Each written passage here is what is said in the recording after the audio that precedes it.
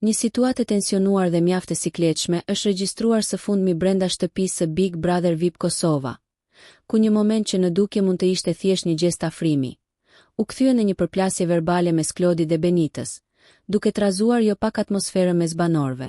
Ngjarja ndodhi në një ambient të përbashkët të shtëpisë, në një moment relativisht të qetë, kur Klodi ju afrua Benitës me synimin për ta përqafuar.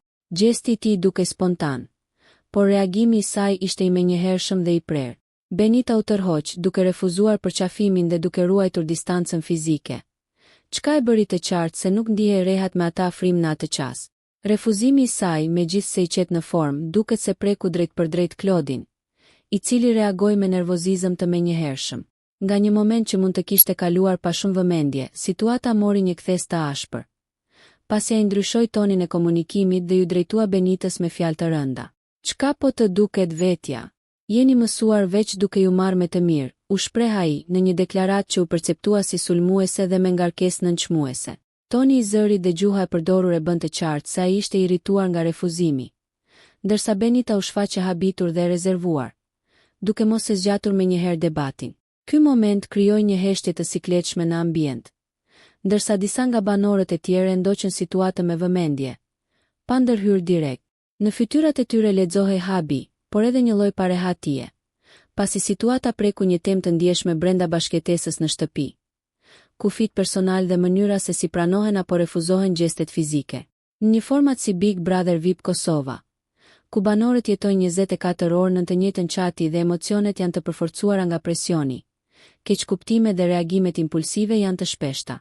Megjithatë, ky episod u dallua për shkak se në thelb kishte të bënte me hapësirën personale dhe respektimin e saj. Refuzimi i Benitës u pa nga shumë si një drejtë legjitime për të vendosur për trupin dhe rehatinë e saj, pa pasur nevojë për justifikime. Nga ana tjetër, reagimi i Klodit u komentua si nxituar dhe i tepruar, duke zhvendosur situatën nga një moment i thjesht social në një përplasje me tone ofenduese. Fjalët e tij u interpretuan nga një pjesë e publikut si përpjekje për ta fajsuar Benitën për një situatë ku ajo thjesht vendosi kufi. Ngjarja pritet të diskutohet edhe në prime, pasi dinamika mes dy banorëve mund të pësojë ndryshime pas këtij episodi. Mbetet për të parë nëse mes tyre do të ketë një sqarim dhe ulje tensionesh, apo nëse kjo përplasje do të shënojë një krisje më të thellë në marrëdhënien e tyre brenda lojës.